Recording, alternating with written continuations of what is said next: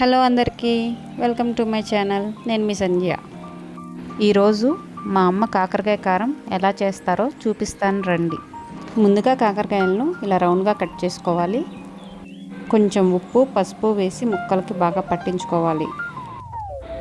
బాండీలో కొంచెం నూనె వేసుకొని కాకరకాయ ముక్కల్ని బాగా వేపుకోవాలి.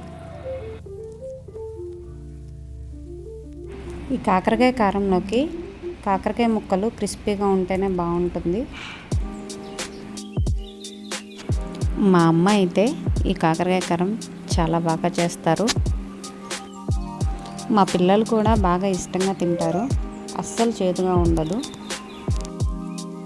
ఈ కాకరకాయలు ఫ్రై అవటానికే కొంచెం ఎక్కువ టైం పడుతుంది. మధ్య మధ్యలో ఇలా తిప్పుకుంటూ ఉండాలి.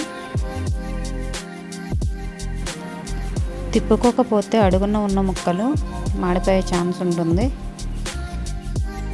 అందుకే మా మమ్మీ నన్ను స్టవ్ దగ్గర నిల్చోబెట్టి ఈ తిప్పే పని నాకు అప్పచెప్పారు. అమ్మ చేస్తుంటే ఎన్నిసార్లు చూసినా కానీ ఇప్పటికీ నాకు ఈ కారం చేయటం రాదు. ఈ ముక్కలైతే చాలా వరకు వేగిపోయాయి. ఇంకా వీటిని తీసి పక్కన పెట్టేసుకుందాం. ఇప్పుడు ఇందులోకి కారం రెడీ చేసుకుందాం. కారం చేసుకోవడానికి కావాల్సినవి పుట్నాల పప్పు, తెల్ల నువ్వులు, ధనియాలు, ఎండుమిర్చి, ఎండు కొబ్బరి అండ్ ఎల్లిపాయలు. ముందుగా అయితే బాండీలో ఎండుమిర్చి, ధనియాలు ఫ్రై చేసుకోవాలి. తరువాత కొన్ని పల్లీలు తీసుకొని వాటిని కూడా ఫ్రై చేసుకోవాలి. ఇందాక క్లిప్లో నేను పల్లీలు చూపించడం మర్చిపోయాను.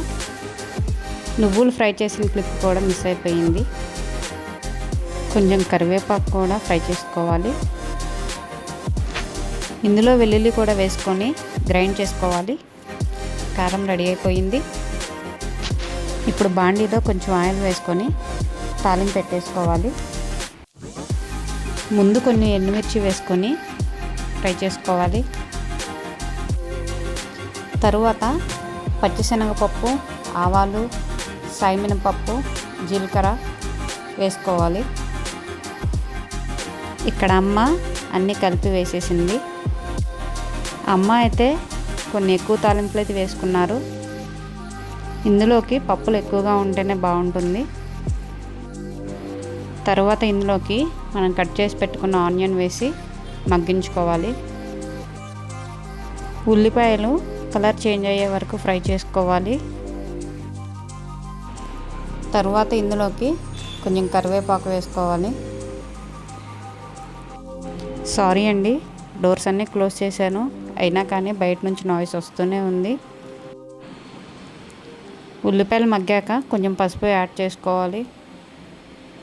ఇప్పుడు ఇందులోకి ముందుగా మనం ఫ్రై చేసి పెట్టుకున్న కాకరకాయ ముక్కలు వేసుకొని బాగా కలుపుకోవాలి.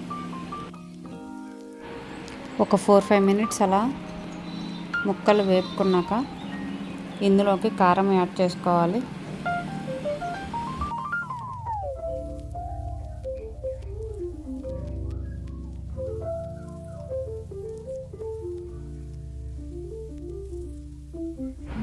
ఇప్పుడు మనం గ్రైండ్ చేసి పెట్టుకున్న కారం వేసుకుందాం. కాకరకాయలు లేకుండా మామూలుగా ఈ కారం రైస్లోకి వేసుకున్నా చాలా బాగుంటుంది. మా ఇంట్లో అయితే అందరూ కొంచెం కారం ఎక్కువగానే తింటారు. అమ్మ కొంచెం కారం ఎక్కువగానే ప్రిపేర్ చేస్తుంది. ఇడ్లీలోకి ఈ కారం కొంచెం నెయ్యి వేసుకొని తింటే చాలా బాగుంటుంది. కారం వేసుకున్నాక ఇలా ఒక 4-5 మినిట్స్ వరకు మీడియం ఫ్లేమ్లో ఉంచుకొని బాగా కలుపుకోవాలి. ఈ కాకరకాయ కారం 3-4 రోజుల వరకు పాడవదు. 1 వీక్ వరకు ఉంటుంది. కానీ ఎక్కువ రోజులు ఉంటే ముక్కలు మెత్తగా అయిపోతాయి, మంచిగా అనిపించదు. ఈ ప్రాసెస్లో మీకు ఉప్పు వేసినట్లు ఎక్కడా కనిపించలేదు కదా. సాల్ట్ కూడా మనం కారం గ్రైండ్ చేసుకునేటప్పుడే అందులో యాడ్ చేసుకోవాలి.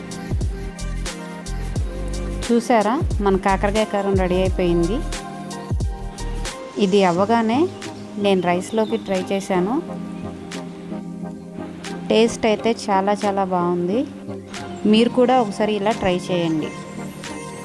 ఈ వీడియో కనుక మీకు నచ్చినట్లయితే please like, share and subscribe to my channel.